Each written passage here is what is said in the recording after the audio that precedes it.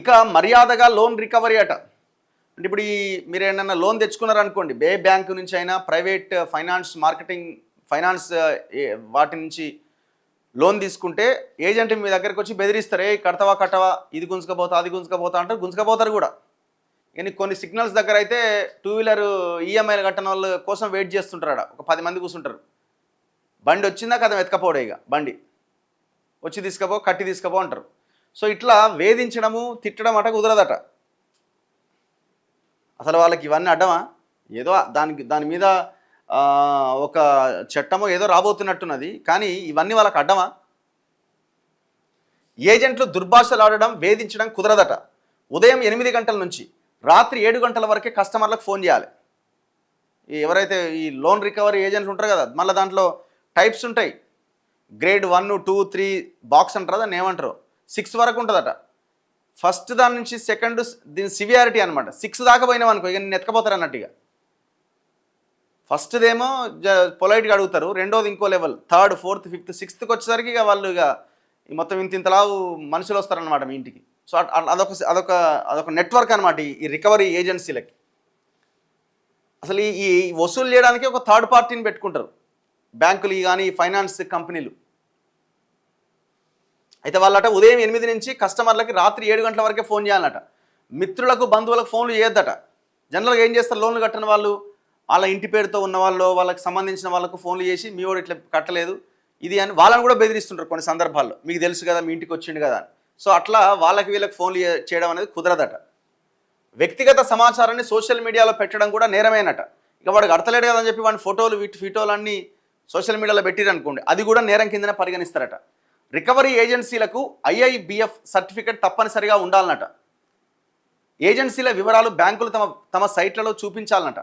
లోన్లో ఫోన్ కొని డిఫాల్ట్ అయితే ఆ ఫోన్ను బ్యాంకులు పూర్తిగా బ్లాక్ చేయొద్దట.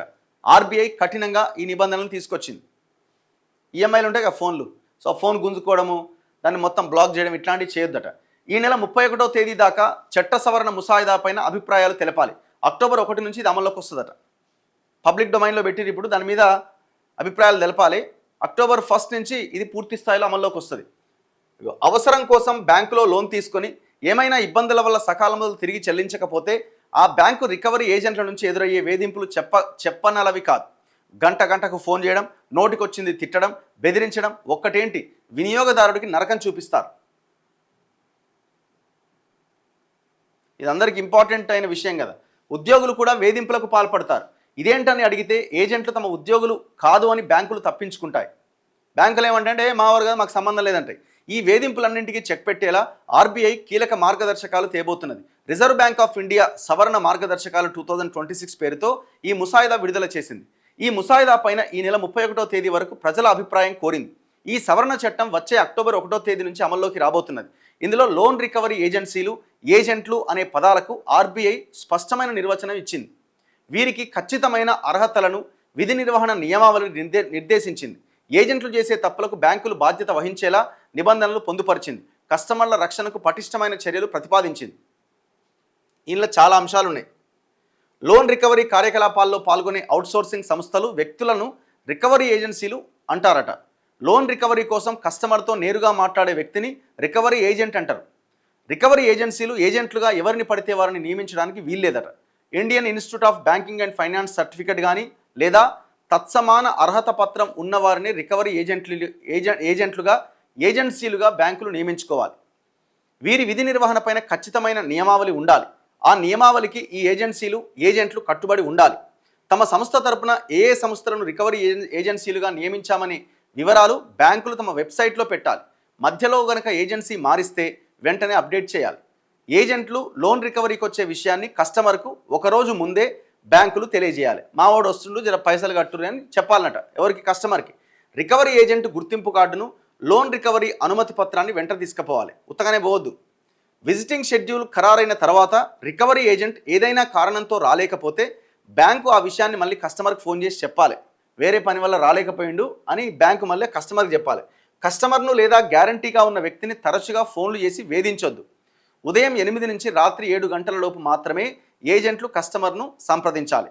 కస్టమర్తో మర్యాదగా మాట్లాడాలి. కస్టమర్ పరువుకు భంగం కలిగించే పనులు చేయొద్దు. దుర్భాషలాడడం, వేధించడం నిషిద్ధం. లోన్ కట్టకపోతే కస్టమర్ స్నేహితులు, బంధువులకు ఏజెంట్లు ఫోన్ చేసి ఆ విషయం చెప్పకూడదు.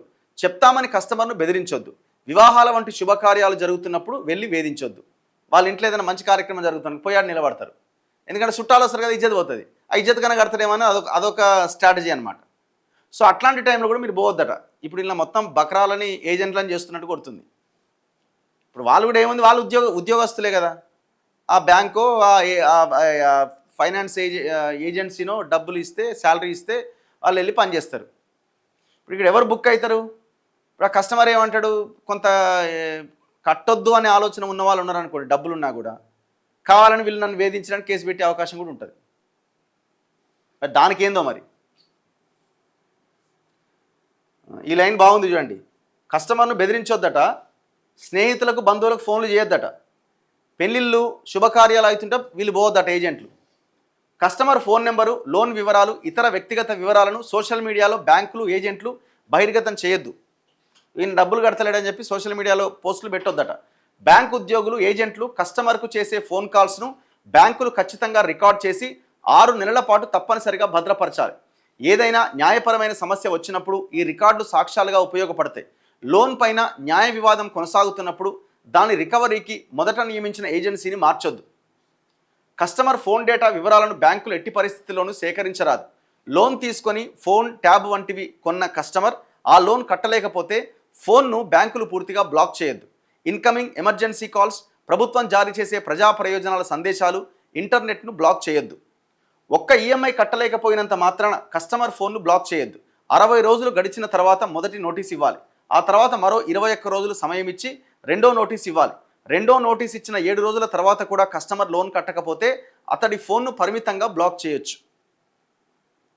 కస్టమర్ ఫోన్ను పరిమితంగా బ్లాక్ చేయాలన్నా ఆ లోన్ ఆ ఫోన్ కొనడానికి మాత్రమే తీసుకున్నదై ఉండాలి. కస్టమర్ లోన్ డబ్బు చెల్లించిన తర్వాత కూడా బ్యాంకులు ఆ ఫోన్ సేవలు పునరుద్ధరించకపోతే ఆ తర్వాత ప్రతి గంటకు 250 రూపాయల చొప్పున కస్టమర్కు బ్యాంకు పరిహారం చెల్లించాల్సి ఉంటుంది.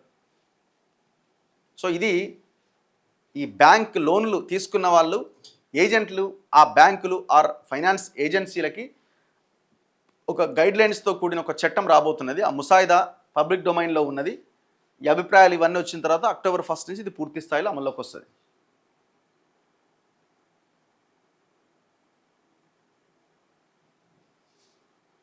చలో నెక్స్ట్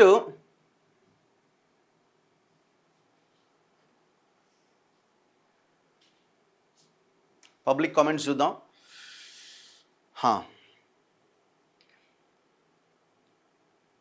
మంగ్లీ కేసు ఎటు పోయింది? ఎటు పోలే బ్రదర్, ఉన్నది. కస్టమర్ బాధితులు అట్లే ఉన్నారు కదా. బాధితులకి న్యాయం జరిగేంత వరకు ఆ కేసు ఉంటుంది.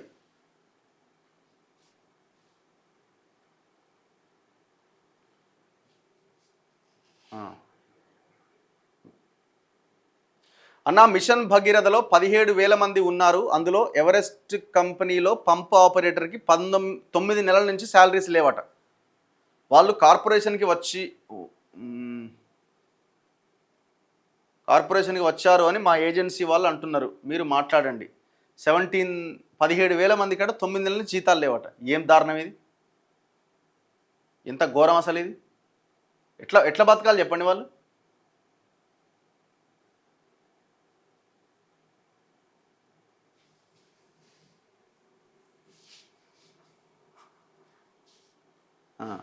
అన్న, ప్రజలు మారందే పాలకులు మారరు. లక్షల కుంభకోణాలు జరిగిన ప్రజలు వాళ్ళనే దేవుడిగా భావిస్తున్నారు. ఇది మన కర్మ.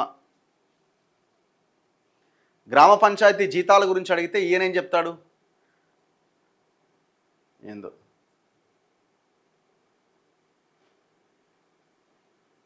కాంగ్రెస్ పాలనలో దేశం వెలిగిపోయింది, ఇప్పుడు అంధకారంలో ఉందట. ఎవడి పాలనలో ఒరిగింది ఏం లేదు. ఆయన అంతే, ఈయన అంతే.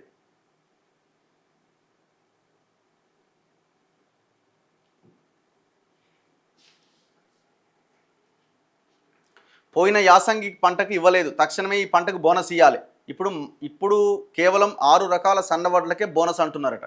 ఇది స్కామ్గ్రెస్ మాయమాటల ప్రజాపాలనట. సన్నోడ్లలో కూడా వెరైటీలు అమలన్లో కూడా.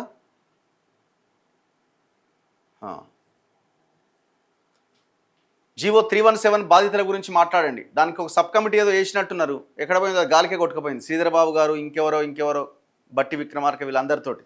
ఈ ఈ రాష్ట్ర ప్రభుత్వం వచ్చిన తర్వాత దాదాపు ఒక 22 23 సబ్ కమిటీలు వేసారు. కమిటీ అంటే కాలయాపన అయిపోయింది. ఒక్క కమిటీ రిపోర్ట్లు ఏమి ఇచ్చినాయో కానీ ఆ రిపోర్ట్ల మీద యాక్షనే లేదు ఇంతవరకు. 22 కమిటీస్ వేసారు ఇంతవరకు గవర్నమెంట్ వచ్చిన తర్వాత. అంటే ఏదైనా ఒక ఎజిటేషన్ జరుగుతుంది, ఆందోళన జరుగుతుంది, ఒక కమిటీ వేస్తున్నాం అంటారు. ఆటోమేటిక్గా వాళ్ళు ఏంది ఆ కమిటీ రిపోర్ట్ వచ్చేంత వరకు వెయిట్ చేద్దామని మనం సైలెంట్గా ఉంటాం కదా. సో ఆ కమిటీ రిపోర్ట్ రాదు, ఇచ్చినా వీళ్ళు నిర్ణయాలు తీసుకోరు. అన్న రైతు బంధు బందేనా? బంద్ చేస్తే ఆయన బంద్ చేస్తారు. చేతి నిండా పని, గౌరవప్రదమైన వేతనం, ఇది లైసెన్స్డ్ సర్వేయర్ల హక్కట. సో వాళ్ళు వస్తున్నట్టున్నారు పాపం. వాళ్ళ సమస్య చాలా తీవ్రంగా ఉన్నది. అపాయింట్ చేసుకున్నారు, అవుట్సోర్స్ కాంట్రాక్ట్ బేసిస్లో వాళ్ళకి కనీస వేతనం లేదు, గోడు చాకరీ చేయించుకుంటున్నారు.